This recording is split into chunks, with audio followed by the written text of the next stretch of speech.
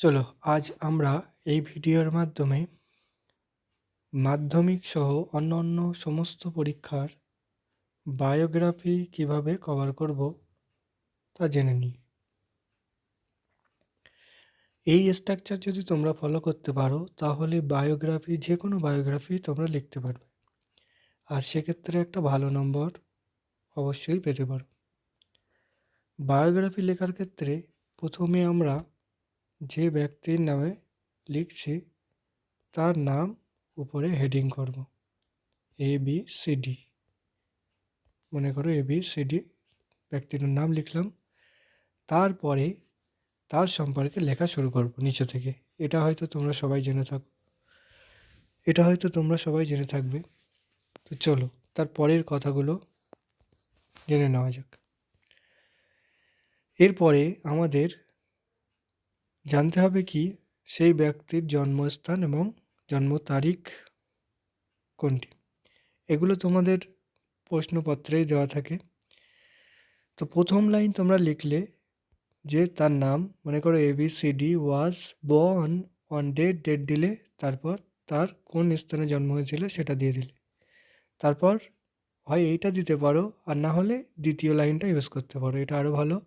ABCD একটা কমা দিয়ে বললে যে সে কোন প্রফেশনের সঙ্গে যুক্ত ছিল সেটা দিলে, তারপর সে জন্মগ্রহণ করেছে কোন তারিখে এবং কোন স্থানে। ঠিক আছে? তারপর আমাদের লিখতে হয় সেই ব্যক্তির, অর্থাৎ ABCDর মানে যখন ছোট ছিল ABCD তখন কিভাবে তার এডুকেশান কমপ্লিট করেছে। এখানে 2 নম্বরে কী দিতে হয় না, ওই ABCDর আর্লি লাইফ এবং এডুকেশান সম্পর্কে।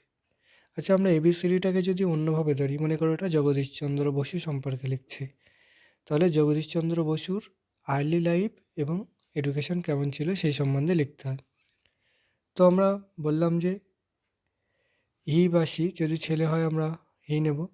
তো হি ওয়াজ রেইজড ইন এ কি ফ্যামিলি, রিচ ফ্যামিলি না পুয়ার ফ্যামিলি সেটা দিলাম। ঠিক আছে? হি or she complete his or her education at কোন স্কুল বা কলেজ থেকে সে শিক্ষা নিয়েছে সেটা দিয়ে দিলাম। তারপর সে যখন ছোট ছিল সে কোন বিষয়ের প্রতি বেশি আগ্রহী ছিল সেটা দিয়ে দিলাম। কোন সাবজেক্টের প্রতি হতে পারে, কোনো কিছুর প্রতি আগ্রহী ছিল সেটা দিয়ে দিলাম। তার ক্যারিয়ার এবং অ্যাচিভমেন্ট, এই এই লাইনগুলো কিন্তু তোমাদের দিতে হবে না, এটা জাস্ট আমি বোঝানোর জন্য এগুলো দিয়ে রাখলাম। তো এরপরে তাদের কি দিতে হবে, তাদের ক্যারিয়ার এবং অ্যাচিভমেন্ট সম্পর্কে দিতে হবে। তো ক্যারিয়ার, সে কীভাবে নিয়ে তার ক্যারিয়ার মানে জীবিকা বা জীবনের যে কাজ সেটা শুরু করেছিল। ঠিক আছে? এই জীবিকা কীভাবে সে শুরু করেছিল, সে মনে করো প্রথম প্রফেশন হিসেবে কী চুজ করেছিল, তারপর কোন ফিল্ডে সে বেশি অবদান রেখেছে সেই ফিল্ডের নাম দিয়ে দিলে। মনে করো যেরকম কাজী নজরুল ইসলাম, জানো তো উনি কী করতো, উনি আর প্রথম জীবনে কিন্তু কী করেছিল জানো, এটা রুটির দোকানে কাজ করতো, তারপর পরে ধীরে ধীরে কবি হয়ে গেল। এরকম কতজনকে পাবে যে মনীষীর, যারা প্রথম জীবনে একরকম কাজ করতো তারপর ধীরে ধীরে একটা অন্য ফিল্ডের সঙ্গে জড়িয়ে পড়েছে। ঠিক তেমনই তারপর চলো, he or she is well known for his work, সে কোন কাজের জন্য পরিচিত। মনে করো এখানে জগদীশচন্দ্র বসু হলে আমরা কি বিজ্ঞানে তার অবদানের জন্য মনে রাখি। কাজী নজরুল ইসলাম হলে কি তার কবিতার জগৎ, কবির জগৎ, তার সাহিত্যের জগতের জন্য, সাহিত্য অবদানের জন্য আমরা তাকে মনে রাখি। ঠিক তেমনই তারপর এবার ফুল নেম আবার দিলাম, দিয়ে বললাম যে আচ্ছা ফুল নেম বারবার আমাদের না দিলেও চলবে। ঠিক আছে? হি অর সি দিয়েই আমরা চালিয়ে নিতে পারি। তারপর বললাম যে কী অ্যাচিভমেন্ট পেয়েছে, মানে কী অ্যাচিভ করেছিল। ঠিক আছে? ওই স্পেসিফিক ফিল্ডে যদি কোনো রকম কোনো অ্যাচিভমেন্ট পেয়ে থাকে, কোনো কিছু অর্জন করে থাকে সেটা আমরা লিখবো। ঠিক আছে? তারপর যে যা তাকে ফেমাস করে তুলেছিল, মনে করো যে রবীন্দ্রনাথ গীতাঞ্জলি লিখেছিল তাহলে গীতাঞ্জলির জন্য সে ফেমাস হয়ে গিয়েছে। মনে করো যেখানে জগদীশচন্দ্র বসু ক্রিস্কোগ্রাফ যন্ত্র আবিষ্কার করেছিল তার জন্য সে ফেমাস হয়ে গিয়েছে। তারপরে দিলাম হচ্ছে his or her major work includes mention of major work. তো বলছে যে এখানে কী করতে হবে বলো তো? তোমার এখানে যে তার মেজর ওয়ার্কগুলো, যেরকম মনে করো জগদীশচন্দ্র বসু কত কিছু আবিষ্কার করেছিল, কত কাজ করেছিল, বসু বিজ্ঞান মন্দির প্রতিষ্ঠা করেছিল, তো এই সব কাজগুলো তুলে ধরতে হবে, ঠিক আছে? এই জায়গায় এখানে বলবে যে এই লাইনটা দিয়ে তার যে অবদানগুলো এই লাইনে দিয়ে দিতে হবে।